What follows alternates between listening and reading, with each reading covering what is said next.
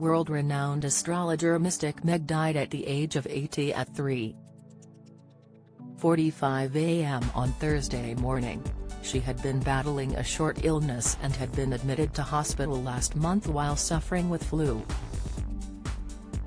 Her long-term agent Dave Shapland said, as reported by The Sun, "Without any question, she was Britain's most famous astrologer by a million miles. Nobody came close to Meg in that respect. She was followed by millions in this country and also around the world. She even became part of the English language. If a politician, somebody from showbiz or ordinary people in the street are asked a tricky question, they will say, 'Who do you think I am, Mystic Meg?' It shows what an impact she made."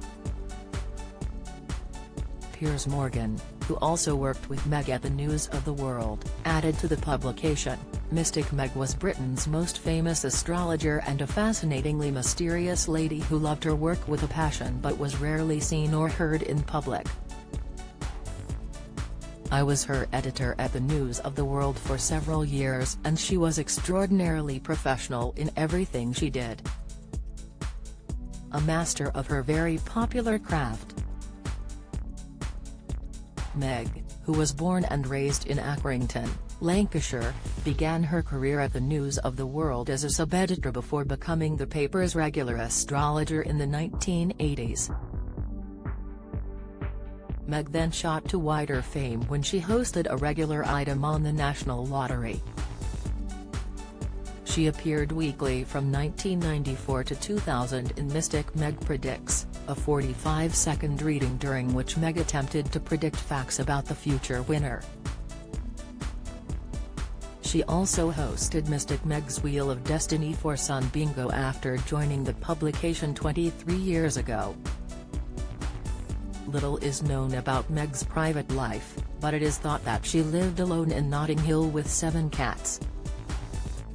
Don't miss.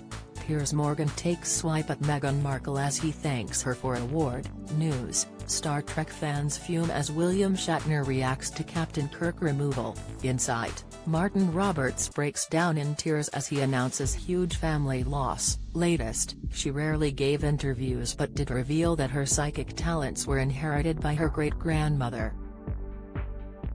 She said, as reported by the aforementioned publication, "Like all children, I had special friends no one else could see, but while most kids are talked out of theirs, my great-grandmother who had the gift made sure I kept mine.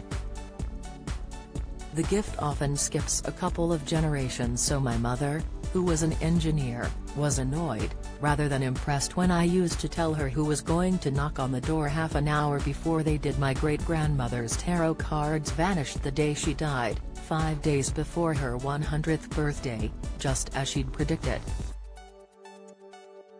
Meg never married but did fall in love with millionaire Nigel Moores, brother of the late football executive David Moores. Sadly, Nigel died in 1977 in a car crash in the south of France, and her agent said there was never another man in her life. He concluded, "She gave the impression of being a recluse, living on her own with her crystal ball and 7 cats for company. That was the reality. She was a very private person.